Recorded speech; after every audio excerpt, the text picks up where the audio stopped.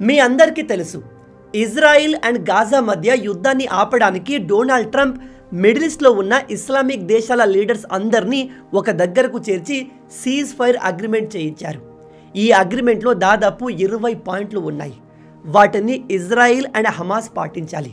అందులో భాగంగా హమాస్ ఉగ్రవాదులు తమ దగ్గర ఉన్న ఇజ్రాయిల్ హాస్టేజెస్ అందరినీ వదిలేశారు.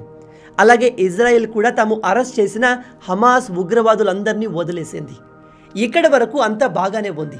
కానీ ఈ సీజ్ ఫైర్ అగ్రిమెంట్ జరిగిన వారం రోజుల్లోనే మళ్ళీ వీళ్ళ మధ్య గొడవలు స్టార్ట్ అయ్యాయి. అయితే అవన్నీ చిన్న చిన్న గొడవలు, పెద్ద లెవెల్లో గొడవలు జరగలేదు. కాబట్టి సీజ్ ఫైర్ అగ్రిమెంట్ ఇంకా యాక్టివ్గా ఉంది అని చెప్తున్నారు. అయితే ఈ అగ్రిమెంట్లో ఇంకో రూల్ ఉంది. అదేంటంటే ఇజ్రాయిల్ గాజా మధ్య పర్మనెంట్గా యుద్ధాన్ని ఎండ్ అయ్యేలాగా, పీస్ డీల్ సక్సెస్ అయ్యేలాగా చేయడానికి ఒక ఫోర్స్ క్రియేట్ చేయాలి. అదే ఇంటర్నేషనల్ స్టెబిలైజేషన్ ఫోర్స్. ఇందులో వివిధ దేశాలకు చెందిన సైనికులు గాజాకు వచ్చి అక్కడ యుద్ధాన్ని కంప్లీట్గా ఆపేస్తారు. అయితే ఈ అగ్రిమెంట్ రూల్స్ ప్రకారం ఈ ఇంటర్నేషనల్ స్టెబిలైజేషన్ ఫోర్స్ గాజాలో ఉన్న హమాస్ని కంప్లీట్గా అక్కడి నుంచి బయటకు పంపేయాలి. లేదా ఈ హమాస్ ఉగ్రవాదులు స్వతహాగా ఆయుధాల్ని వదిలేసి లొంగిపోవాలి.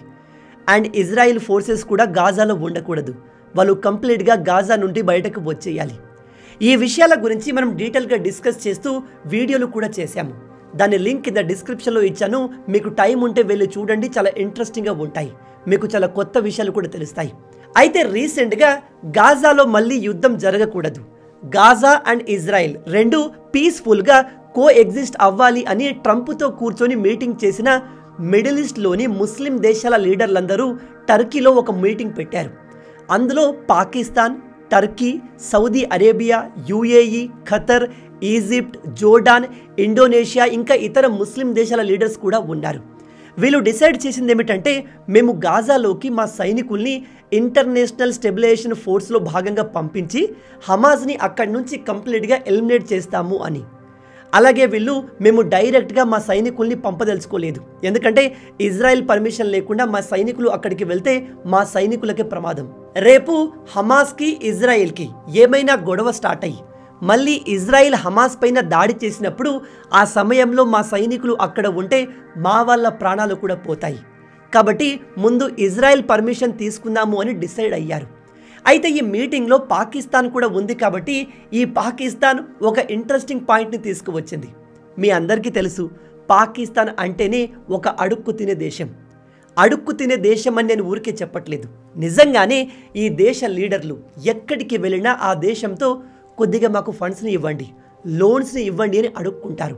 షాకింగ్ విషయం ఏమిటంటే వీళ్ళు రీసెంట్గా బంగ్లాదేశ్కి వెళ్ళి కూడా బంగ్లాదేశ్ దగ్గర ఫైనాన్షియల్ హెల్ప్ని అడుగుతున్నారు. బంగ్లాదేశ్కే ఇప్పుడు తినడానికి లేక అడుక్కుంటుంది. అలాంటి దేశం దగ్గర కూడా వీళ్ళు అడుక్కుంటున్నారు అంటే వీళ్ళ దరిద్రం ఏ లెవెల్లో ఉందో మీరు అర్థం చేసుకోవచ్చు. ఇక ఈ మీటింగ్లో పాకిస్తాన్ ఏం చెప్పింది అంటే, మేము మా సైనికుల్ని గాజాకి పంపిస్తాము, కానీ మేము దానికి ఛార్జ్ చేస్తాము. ఒక సైనికుడికి దాదాపు $10,000 తీసుకుంటాము. అంటే మన ఇండియన్ కరెన్సీ ప్రకారం 8,80,000 రూపాయలు అని చెప్పారు. అయితే దీనికి ఇజ్రాయిల్ ఒక అమేజింగ్ ఆన్సర్ ఇచ్చింది. ఆ ఆన్సర్కి వరల్డ్ స్టేజ్ పైన పాకిస్తాన్ పరువు మొత్తం పోయింది. అయినా పరువు పోవడానికి వీళ్ళ దగ్గర ఎక్కడ మిగిలింది అని, ఇది వీళ్ళతో ఎప్పుడు జరిగేది. ఇక్కడ ఇజ్రాయిల్ ఏం ఆన్సర్ ఇచ్చింది? ఈ ఇస్లామిక్ కంట్రీస్ యొక్క లీడర్లు టర్కీలో మీటింగ్ ఎందుకు పెట్టారు, అసలు వీళ్ళ ప్లాన్ ఏంటి అనే విషయాల్ని డీటెయిల్గా డిస్కస్ చేద్దాం. మీకు తెలుసా, నేడు ఏఐ జాబ్స్ కోసం లక్షల మంది అప్లై చేస్తున్నారు. కానీ చాలా మందికి సెలెక్ట్ అవ్వడం కష్టంగా మారింది. ఎందుకంటే మార్కెట్లో కాంపిటీషన్ బాగా పెరిగింది. స్కిల్స్ లేకుండా డ్రీమ్ జాబ్ పొందడం చాలా కష్టం. అయితే మీరు కూడా ఇదే ప్రాబ్లం ఫేస్ చేస్తున్నారా? దీనికి ఒక సొల్యూషన్ ఉంది. రీసెంట్గా Odin school AI and machine learning course తీసుకువచ్చింది. ఈ కోర్స్తో మీరు టాప్ కంపెనీస్లో ప్లేస్ అవ్వచ్చు. అంతేకాదు ఈ కోర్స్లో జాయిన్ అయిన వారికి జాబ్ అసిస్టెంట్స్ ప్రొవైడ్ చేస్తారు. అండ్ హైరింగ్ స్ప్రింట్స్ ద్వారా డైరెక్ట్గా ఇంటర్వ్యూస్, 600+ పార్ట్నర్స్ నుంచి ఓపెనింగ్స్ కూడా ఉంటాయి. ఓడిన్ స్కూల్ నుంచి ఈ ఏఐ ఎంఎల్ కోర్స్ చాలా స్పెషల్. ఎందుకంటే జేఎన్ యూనివర్సిటీ నుంచి డిప్లొమా సర్టిఫికేట్ వస్తుంది. దీనికి రెజ్యూమ్లో జెన్యున్గా వాల్యూ ఉంటుంది. కరికులం కంప్లీట్గా industry aligned, real world tools, Python నుంచి న్యూరల్ నెట్వర్క్ వరకు ప్రతిదీ కవర్ చేస్తారు. ఇందులో దాదాపు 20+ హ్యాండ్స్ ఆన్ ప్రాజెక్ట్స్ ఉన్నాయి. దాంతో మీరు స్ట్రాంగ్ పోర్ట్ఫోలియో బిల్డ్ చేసుకోవచ్చు. ఇక ప్రోగ్రామ్ హైలైట్స్ విషయానికి వస్తే ఎక్స్పర్ట్స్ చేత live classes and doubt sessions ఉంటాయి. అంతేకాదు లైఫ్ టైం మెటీరియల్ యాక్సెస్ కూడా ఉంటుంది. బెస్ట్ పార్ట్ ఏంటంటే హైరింగ్ స్ప్రింట్స్లో కంపెనీస్ డైరెక్ట్గా హైర్ చేసుకుంటాయి. మెయిన్గా mock interviews, job portal access, LinkedIn profile create చేసి ఆప్టిమైజ్ చేస్తారు. దాంతో ఇంటర్వ్యూ ప్రిపరేషన్కి ఫుల్ కాన్ఫిడెన్స్ వస్తుంది. అండ్ ఇందులో జాబ్ ఓపెనింగ్స్ చాలా ఉన్నాయి. TCS, యాక్సెంచర్ నుంచి స్టార్టప్స్ వరకు దాదాపు అన్ని కంపెనీస్ వీళ్ళ వెబ్సైట్లో చూడవచ్చు. లిమిటెడ్ సీట్స్ మాత్రమే ఉన్నాయి కాబట్టి ఇప్పుడే ఎన్రోల్ అవ్వండి. దానికోసం మీరు ఓడిన్ స్కూల్ వెబ్సైట్కి వెళ్ళి ఫ్రీ కౌన్సిలింగ్ బుక్ చేసుకోండి. దానికి సంబంధించిన లింక్ డిస్క్రిప్షన్లో అలాగే పిన్ కమెంట్లో ఇచ్చాను. Early bird discount, flexible EMI options కూడా ఉన్నాయి. ఈ ఛాన్స్ని మిస్ చేసుకోకండి.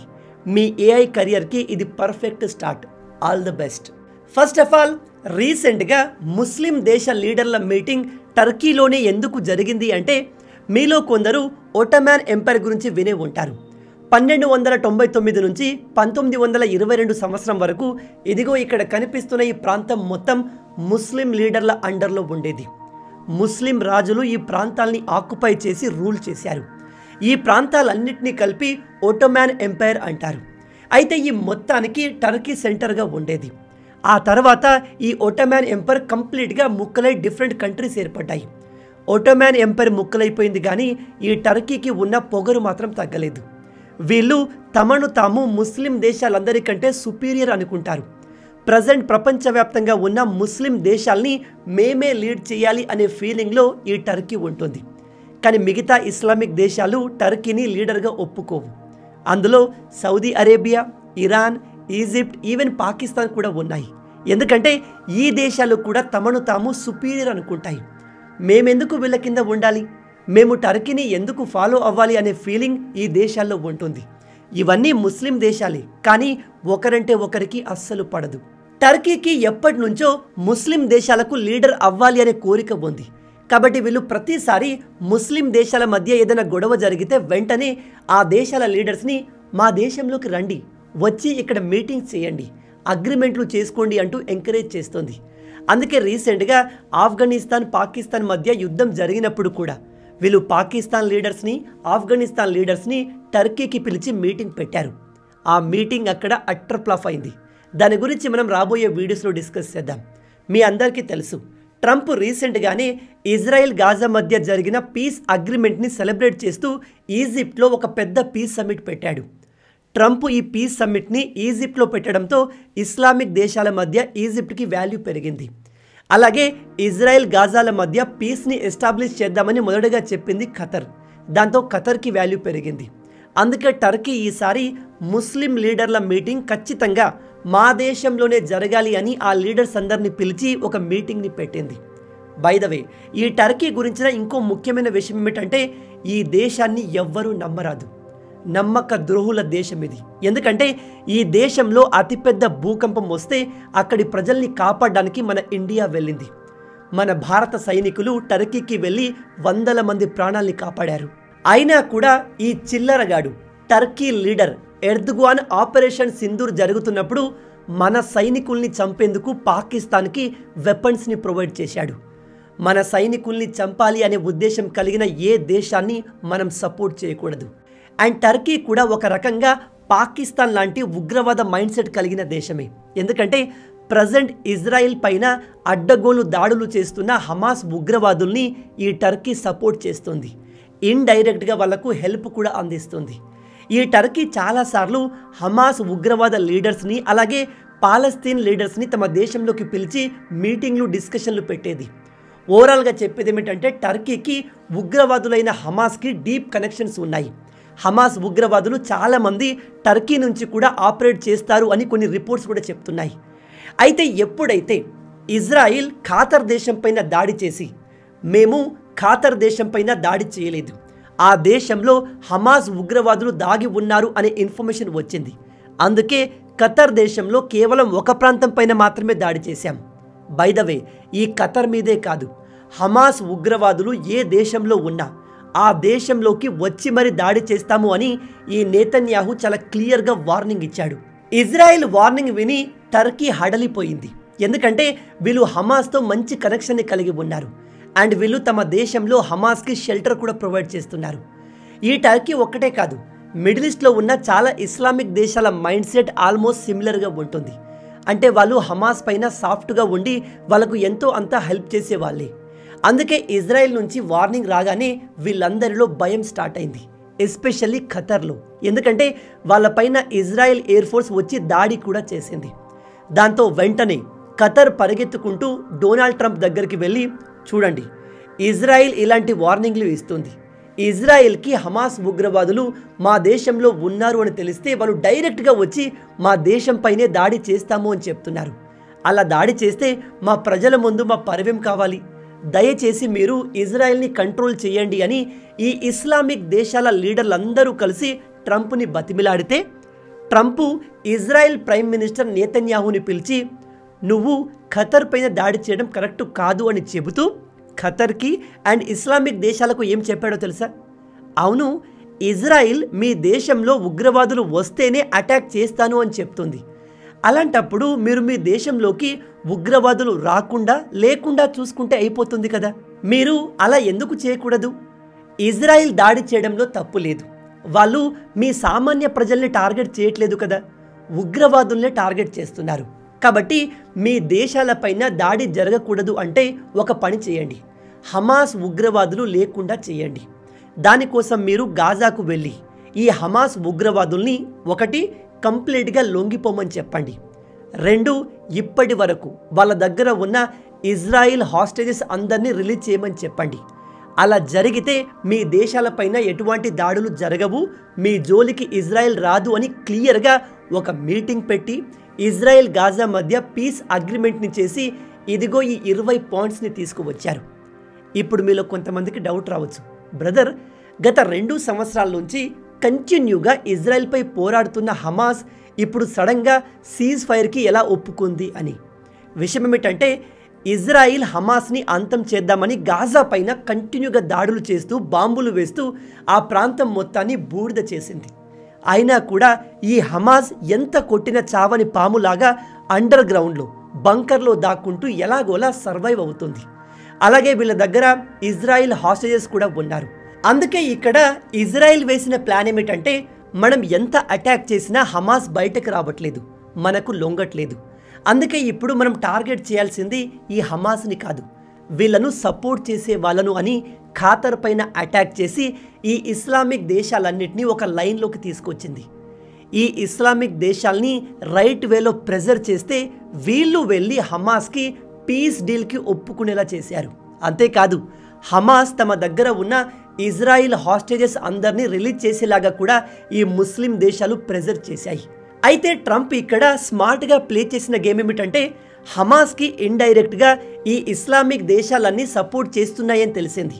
అయితే ఎక్కువగా సపోర్ట్ని అందించేది టర్కీ. ఎందుకంటే నేను మీకు ఇంతకుముందు చెప్పినట్టుగా ఈ టర్కీకి ఇస్లామిక్ దేశాలన్నిటికీ లీడర్ అవ్వాలి అనే ఆరాటం చాలా ఎక్కువగా ఉంది. అందుకే ఈ టర్కీ ఎటువంటి రీజన్ లేకుండా గాజాలో ఉన్న లీడర్స్ని, హమాస్ ఉగ్రవాదుల లీడర్ని తమ దేశంలోకి పిలిచి మీటింగ్లు పెట్టేది, వాళ్ళను తమ దేశంలో ఉండేందుకు షెల్టర్ కూడా ప్రొవైడ్ చేసేది. అందుకే ట్రంప్ గాజా పీస్ డీల్ అగ్రిమెంట్ని ఇజ్రాయిల్ అండ్ హమాస్ క్లియర్గా ఫాలో అయ్యేలాగా చూసుకునే బాధ్యతను టర్కీకి అప్పగించాడు. అంటే దొంగ చేతికి తాళం ఇచ్చినట్టుగా. అందుకే మీరు ఈ ఫోటోలో చూడండి, ఇస్లామిక్ దేశాల లీడర్తో ట్రంప్కు మీటింగ్ జరిగినప్పుడు కావాలనే ట్రంప్ పక్కన ఈ టర్కీ లీడర్కి కుర్చీని వేశారు. ఇలా ఊరికే చేయలేదు, టర్కీకి లీడర్ అవ్వాలి అనే ఒక ఆశ, వీక్నెస్ ఉంది అనే విషయాన్ని ఇజ్రాయెల్ గమనించి ఈ విధంగా ప్లాన్ చేసింది. అందుకే మీరు చూడండి, టర్కీ లీడర్ ఎర్దోగాన్ ట్రంప్ పక్కన సమానంగా కూర్చుంటే మిగతా లీడర్లు అటు ఇటు కూర్చున్నారు. ఈ మీటింగ్ తర్వాత Trump Turkey, Egypt and Qatar ఈ 3 దేశాల్ని మెన్షన్ చేస్తూ మీరు హమాస్ ఉగ్రవాదుల్ని గాజా నుంచి కంప్లీట్గా తొలగించండి, లేదా వాళ్ళను లొంగిపోయేలాగా కన్విన్స్ చేయండి. గాజా ఇజ్రాయెల్ మధ్య జరిగిన పీస్ అగ్రిమెంట్ని 2 పార్టీలు ఫాలో అయ్యేలాగా చేయండి అనే బాధ్యతల్ని ఇచ్చాడు. ఇక్కడ నేతన్యాహు అండ్ ట్రంప్ టర్కీకి ఉన్న వీక్నెస్ని గమనించి దాన్నే వాళ్ళు అడ్వాంటేజ్గా యూజ్ చేసుకున్నారు. దాంతో టర్కీ కూడా బాగా హ్యాపీ ఫీల్ అయిపోయి ఈ పీస్ అగ్రిమెంట్ని సక్సెస్ చేయడానికి ఫుల్ ఎఫర్ట్లో పనిచేస్తుంది. మీరు ఇక్కడ ఆర్టికల్లో చూడవచ్చు, టర్కీ గాజాలో ఉన్న ఇజ్రాయిల్ ప్రజల మృతదేహాల్ని వెతకడంలో హమాస్కి సహాయపడుతుంది. ఎందుకంటే బ్రతికున్న హాస్టేజెస్ అందరినీ హమాస్ ఇజ్రాయెల్కి అప్పజెప్పింది. కానీ ఇజ్రాయెల్ ఏమో మాకు మా ప్రజల మృతదేహాలు కూడా కావాలి అని డిమాండ్ చేస్తుంది. బతికి ఉన్న వాళ్ళు వచ్చేశారు, కానీ మా చనిపోయిన వారి శరీరాలు కూడా కావాలి, వాటిని ఇవ్వకపోయినా మీ పైన దాడి చేస్తాము అని ఇజ్రాయెల్ బెదిరించింది. అందుకే ఇప్పుడు హమాస్ అండ్ టర్కీ కలిసి గాజాలో ఉన్న ఈ డెబ్రీస్ కింద ఇజ్రాయెల్ ప్రజల మృతదేహాల్ని వెతుకుతున్నారు. ట్రంప్ పీస్ డీల్లో తీసుకువచ్చిన 20 పాయింట్స్లో ఒక పాయింట్ గాజాలోకి ఇంటర్నేషనల్ స్టెబిలైజేషన్ ఫోర్స్ని కూడా పంపాలి. By the way, Trump international stabilization force విషయంలో పెట్టిన రూల్ ఏమిటంటే ఈ ఫోర్స్ రూపంలో కేవలం ముస్లిం దేశాల సైనికులు మాత్రమే గాజాకి వెళ్తారు. ఎందుకంటే హమాస్ ఉగ్రవాదులు కూడా ముస్లింలే, కాబట్టి వాళ్ళు వీళ్ళతో త్వరగా కలిసిపోయే అవకాశం ఉంది, గొడవలు జరిగే అవకాశం తక్కువగా ఉంటుంది. అదే అమెరికన్ ఫోర్సెస్ గాజాలో ఎంటర్ అయితే హమాస్ మా మాట వినదు. అప్పుడు మేము డైరెక్ట్గా వాళ్ళపైన దాడి చేసి అత్యంత బ్రూటల్గా వాళ్ళను ఎలిమినేట్ చేయాల్సి వస్తుంది. అందులో మా సైనికులు కూడా నష్టపోతారు. అలా జరగడం మాకు ఇష్టం లేదు. అందుకే ఇస్లామిక్ దేశాల సైనికుల్ని మాత్రమే పంపాలి అని చెప్పాడు. అలాగే ఏ దేశం అయితే సైనికుల్ని పంపిస్తుందో ఆ సైనికులకు మేము డబ్బులు పే చేస్తాము అని కూడా ట్రంప్ చాలా క్లియర్గా చెప్పాడు. అందుకోసమే ఈ ఇస్లామిక్ దేశాలు ఇప్పుడు టర్కీలో మీటింగ్ని ఏర్పాటు చేశాయి.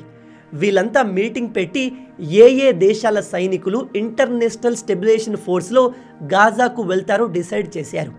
అయితే జోర్డాన్ లీడర్ ముందుకు వచ్చి మనం ఏ దేశ సైనికుల్ని పంపాలి అనే విషయాన్ని డిసైడ్ చేశాము, కానీ మన సైనికులు గాజాలకు వెళ్లే ముందు మనం ఇజ్రాయెల్ పర్మిషన్ కూడా తీసుకోవాలి. ఇజ్రాయెల్ పర్మిషన్ లేకుండా మన సైనికులు గాజాలో ఎంటర్ అయితే వాళ్ళ ప్రాణాలకు ఎటువంటి గ్యారంటీ ఉండదు. ఎందుకంటే ఇజ్రాయెల్ ఒక వెరీ పవర్ఫుల్ కంట్రీ. సడన్గా హమాస్కి ఇజ్రాయెల్కి ఏదైనా మళ్ళీ కొత్త గొడవ స్టార్ట్ అయితే ఇజ్రాయెల్ చేసే దాడిలో హమాజే కాదు మన సైనికులు కూడా పోతారు. కాబట్టి ఇజ్రాయెల్ పర్మిషన్ తీసుకోవాల్సిందిగా ట్రంప్ని అడిగారు. బై ద వే, ప్రజెంట్ గాజాలో పరిస్థితులు పీస్ డీల్ జరిగిన తర్వాత కూడా ఏమాత్రం మారలేదు. హమాస్ ఉగ్రవాదులు ఇజ్రాయెల్ పైన దాడులు చేయడమే కాదు, అక్కడ ఉన్న సామాన్య ప్రజలపైన కూడా దాడులు చేస్తున్నారు. చాలా మందిని ఆరు బయట చంపుతున్నారు. గాజా ప్రజల హెల్ప్ కోసం ఏదైనా ఫుడ్ని పంపిస్తే ఆ ట్రక్కుల్ని హమాస్ ఉగ్రవాదులు మధ్యలోనే ఆపి ఇదిగో ఈ విధంగా దోచుకుంటున్నారు, ప్రజలకు అందకుండా చేస్తున్నారు. ఈ విషయాలన్నింటినీ ఇజ్రాయెల్ ఎప్పటికప్పుడు తమ సోషల్ మీడియా హ్యాండిల్స్ ద్వారా ప్రపంచానికి తెలియజేస్తూనే ఉంది. ఇక్కడ ఇజ్రాయిల్ అండ్ అమెరికా ప్రపంచానికి చెప్పేదేమిటంటే పీస్ డీల్ అగ్రిమెంట్ జరిగిన తర్వాత కూడా ఈ హమాస్ ఆ అగ్రిమెంట్ని వైలేట్ చేస్తుంది. అక్కడి ప్రజల్ని ఇబ్బంది పెట్టడం, ప్రజల కోసం పంపిన ఎయిడ్ని దొంగతనం చేయడం అనేది సీజ్ ఫైర్ని వైలేట్ చేసినట్టే. అలాగే ఈ హమాస్ సీజ్ ఫైర్ అగ్రిమెంట్ జరిగినప్పటి నుంచి మెల్లమెల్లగా స్ట్రాంగ్ అవుతుంది. వీళ్ళు కొత్త ఉగ్రవాదుల్ని రిక్రూట్ చేసి తమ నంబర్ని పెంచుకుంటున్నారు, మరింత పవర్ఫుల్గా మారుతున్నారు. అందుకే ఇప్పుడు Turkey, Pakistan, Indonesia, Egypt, Saudi Arabia లీడర్లు అందరూ కలిసి తమ సైనికుల్ని గాజాకు పంపి హమాస్ని లొంగిపోయేలాగా కన్విన్స్ చేయాలి అని చూస్తున్నారు. వీళ్ళంతా ఎందుకు ఇంత కష్టపడుతున్నారు అంటే ఒకవేళ హమాస్ లొంగిపోకపోతే ఇజ్రాయెల్ ఈ దేశాల్ని కూడా టార్గెట్ చేస్తుంది. అయితే ఈ మీటింగ్లో పాకిస్తాన్ చాలా విచిత్రంగా ముందుకు వచ్చి మేము మా సైనికుల్ని పంపిస్తాము, కానీ దానికంటూ ఒక ప్రైజ్ ఉంది, మేము ఒక సైనికుడికి దాదాపు $10,000 చార్జ్ చేస్తాము అని చెప్పారు. ఇది విని ఇజ్రాయెల్ ఏం రిప్లై ఇచ్చిందో తెలుసా? $10,000 కాదు, జస్ట్ $100 ఇస్తాము, అంతకు మించి $1 కూడా ఎక్స్ట్రా ఇవ్వము. పైగా పాకిస్తాన్ సోల్జర్స్ గాజాలోకి రావాలో వద్దో మేము డిసైడ్ చేస్తాము, మీరు కాదు అని చాలా క్లియర్గా చెప్పేసింది. ఇక్కడ ఇజ్రాయిల్ కేవలం $100 ఇస్తాము అని చెప్పడం పాకిస్తాన్కి ఘోర అవమానం. వరల్డ్ మీడియా ముందు, ప్రపంచం ముందు వీళ్ళ పరువంతా పోయింది. బై ద వే, వీళ్లకు ఇది అలవాటే. పాకిస్తాన్ ప్లాన్ ఏమిటంటే ఫస్ట్ ఆఫ్ ఆల్ వీళ్లకు డబ్బు వస్తే బాగుంటుంది, అండ్ 2 పాకిస్తాన్ ప్రజల్లో గాజా పట్ల సెంటిమెంట్ చాలా స్ట్రాంగ్గా ఉంది. మీరు గమనించినట్టయితే పాలస్తీనాకు సపోర్ట్గా ఎక్కువగా ప్రొటెస్ట్లు పాకిస్తాన్లోనే జరిగాయి. అందుకే వీళ్ళు తమ సైనికుల్ని గాజాకు పంపి తమ ప్రజల దగ్గర చూడండి మనము గాజా ప్రజల్ని కాపాడడానికి సైనికుల్ని పంపాము అని గొప్పగా చెప్పుకుంటారు. పాకిస్తాన్ ఈ విధంగా డబ్బు అడగడం మిగతా ఇస్లామిక్ దేశాల్ని కూడా ఆశ్చర్యపరిచింది. ఎందుకంటే ఈ పాకిస్తాన్ మొదటి నుంచి హమాస్కి సపోర్ట్ చేస్తూ అక్కడి ప్రజల్ని కాపాడుతాము అని చెప్తుంది. ఎందుకంటే ఈ పాకిస్తాన్ మొదటి నుంచి హమాస్కి సపోర్ట్ చేస్తూ అక్కడి ప్రజల్ని కాపాడుతాము అని చెప్తుంది. కానీ నిజానికి ఆ పని చేసే సమయం వచ్చినప్పుడు మాకు డబ్బు ఇస్తేనే వస్తాము అని చెప్పడంతో పాలస్తీనా ప్రజలు కూడా ఆశ్చర్యపోయారు. హమాస్ ఉగ్రవాదులు కూడా పాకిస్తాన్ని చూసి మీ బుద్ధి చూపించుకున్నారు కదరా అనుకొని ఉండొచ్చు. ఎందుకంటే పాకిస్తాన్ తాలిబన్ల విషయంలో కూడా అలాగే చేసింది. అమెరికా ఆఫ్ఘనిస్తాన్లో ఉన్న తాలిబన్స్ పైన దాడి చేస్తున్నప్పుడు ఈ పాకిస్తాన్ డబ్బుకు ఆశపడి తమ ఎయిర్ బేస్లను అమెరికా యూజ్ చేసుకునేలాగా ఇచ్చేసింది. అలాగే యాక్యురేట్గా ఆఫ్ఘనిస్తాన్ పైన దాడులు చేయడానికి పాకిస్తాన్ అమెరికాకు హెల్ప్ని కూడా అందించింది. ఇది అందరికీ తెలుసు. ఇప్పుడు గాజా విషయంలో కూడా పాకిస్తాన్ అదే చేస్తుంది. ఎనీవే, జనవరి 2026 వరకు ఇంటర్నేషనల్ స్టెబిలైజేషన్ ఫోర్స్ గాజాలో ఎంటర్ కాబోతుంది. ఈ ఫోర్స్లోకి ఏ దేశాల సైనికులు వెళ్తారు అనేది ఇంకా రివీల్ అవ్వలేదు. నేతన్యాహు కోరుకునేది ఏమిటంటే హమాస్ గాజాలో ఉండకూడదు. హమాస్ అనే ఉగ్రవాద సంస్థ కంప్లీట్గా ఎలిమినేట్ అవ్వాలి. దానికోసం ఆ ఉగ్రవాదులంతా లొంగిపోవాలి, లేదా వాళ్ళను బలవంతంగా అక్కడి నుంచి తరిమేయాలి. ఆ పని మిడిల్ ఈస్ట్లో ఉన్న ఇస్లామిక్ దేశాలు చెయ్యాలి. ఒకవేళ అది వాళ్ళ వల్ల కాకపోతే మా స్టైల్లో మేము హమాస్ని ఎండు చేస్తాను అని చెప్తున్నాడు. ఇవన్నీ ఒకవైపు జరుగుతుంటే సేమ్ ఇదే సమయంలో ఇజ్రాయిల్ ఫారెన్ మినిస్టర్ ఇండియాను విజిట్ చేసి మన జయశంకర్ గారిని కలిశారు. ఈ ఇజ్రాయిల్ మినిస్టర్ మన ఇండియాకు వచ్చి మేము ఇండియాపై పెహల్గామ్లో జరిగిన దాడిని తీవ్రంగా ఖండిస్తున్నాము. ఈ దాడి చేసిన ఉగ్రవాదుల్ని కంప్లీట్గా ఎలిమినేట్ చేయడంలో మేము ఇండియాకు సహకరిస్తాము అని కూడా చెప్పారు. మన ఇండియా కూడా మొదటి నుంచి ఇజ్రాయెల్కి సపోర్ట్గా ఉంది. ఇజ్రాయెల్ పైన హమాస్ ఉగ్రవాదులు దాడి చేసిన మొదటి రోజే, అంటే అక్టోబర్ 7, 2023 రోజున దాడి జరిగిన వెంటనే మోడీ గారు స్వయంగా నేతన్యాహుకు ఫోన్ చేసి మాట్లాడారు. ఈ విషయాన్ని ఇజ్రాయెల్ కూడా మరవలేదు. మన జయశంకర్ గారు కూడా ప్రజెంట్ సీజ్ ఫైర్ విషయంలో ఇజ్రాయెల్కి గాజాకు మధ్య జరుగుతున్న డిస్కషన్స్ని మేము సపోర్ట్ చేస్తున్నాము అని చెప్పారు. మొత్తంగా ప్రజెంట్ ఏం జరుగుతుంది అంటే ట్రంప్ చేసిన సీజ్ ఫైర్ అగ్రిమెంట్ తర్వాత హమాస్ గాజాలో మెల్లమెల్లగా స్ట్రాంగ్ అవుతుంది. మరోవైపు ఇజ్రాయిల్ బ్రతికి ఉన్న హాస్టేజెస్ అందరినీ హమాస్ నుంచి విడిపించుకుంది. కానీ ఇప్పుడు చనిపోయిన వాళ్ళ ప్రజల మృతదేహాల్ని కూడా ఇవ్వాల్సిందిగా హమాస్కు డిమాండ్ చేస్తుంది. హమాస్ ఈ పని చేయకపోతే మళ్ళీ యుద్ధం స్టార్ట్ అవుతుంది అని వార్నింగ్ కూడా ఇచ్చింది. మరోవైపు ఈ ఇస్లామిక్ దేశాలన్నీ కలిసి గాజాలో పీస్ని త్వరగా ఎస్టాబ్లిష్ చేయాలి, మన ఆర్మీని పంపాలి అని మీటింగ్లు పెడుతున్నాయి. ప్రజెంట్ అయితే గాజా ఇజ్రాయెల్ మధ్య కొద్దిపాటి శాంతి వాతావరణం మాత్రమే ఉంది. మళ్ళీ సడన్గా అక్కడ ఎప్పుడైనా యుద్ధం స్టార్ట్ అవ్వచ్చు. నేను అనుకునేది ఏమిటంటే హమాస్ని పూర్తిగా తొలగించడం ఈ ఇస్లామిక్ దేశాల వల్ల కాదు. ఎందుకంటే హమాస్ సీజ్ ఫైర్ అగ్రిమెంట్ జరిగిన తర్వాత కూడా ఆ అగ్రిమెంట్ని వైలేట్ చేస్తున్నారు. సామాన్య ప్రజలపైన దాడులు చేస్తున్నారు. ఇజ్రాయెల్ ఫోర్సెస్ పైన దాడి చేసి 2 ఇజ్రాయెల్ సైనికుల్ని అంతం చేశారు. అండ్ ఇప్పుడు ఈ హమాస్ మెల్లమెల్లగా పవర్ఫుల్గా మారుతుంది అంటే వాళ్ళు ఏదో పెద్దది మళ్ళీ ప్లాన్ చేస్తున్నారు. ఇన్ని రోజులు ఇజ్రాయెల్ హమాస్ పైన డైరెక్ట్గా పెద్ద దాడి చేయలేకపోయింది. దానికి ప్రధానమైన కారణం తమ దేశానికి చెందిన ప్రజలు హాస్టేజెస్గా హమాస్ దగ్గర ఉండడం. ఇప్పుడు హమాస్ దగ్గర బతికి ఉన్న ఇజ్రాయెల్ హాస్టేజెస్ ఎవ్వరూ లేరు. అలాంటప్పుడు ఇజ్రాయిల్ ఈసారి వీళ్ళపైన చేసే దాడులు వేరే లెవెల్లో ఉంటాయి. ఈ హోల్ సిచ్యువేషన్ గురించి మీరేమనుకుంటున్నారు? హమాస్ ఉగ్రవాదులు లొంగిపోతారా, లేదా ఇజ్రాయిల్ అండ్ హమాస్ మధ్య ఇంకో అతిపెద్ద యుద్ధం స్టార్ట్ కాబోతుందా? మీ ఆలోచనల్ని కింద కామెంట్లో చెప్పండి. మొత్తంగా ఇవి ఈ వీడియోకి సంబంధించిన పూర్తి విషయాలు. ఈ వీడియో మీకు నచ్చింది అనుకుంటున్నాను. నచ్చితే అలా ఊరికే చూసి వెళ్ళిపోకుండా వీడియోని లైక్ చేసి మన ఛానల్ని సబ్స్క్రైబ్ చేసుకోండి. రాబోయే వీడియోలో ఇంకో ఇంట్రెస్టింగ్ టాపిక్తో మళ్ళీ కలుద్దాం. అంటిల్ దెన్, జై హింద్ అండ్ జై భారత్.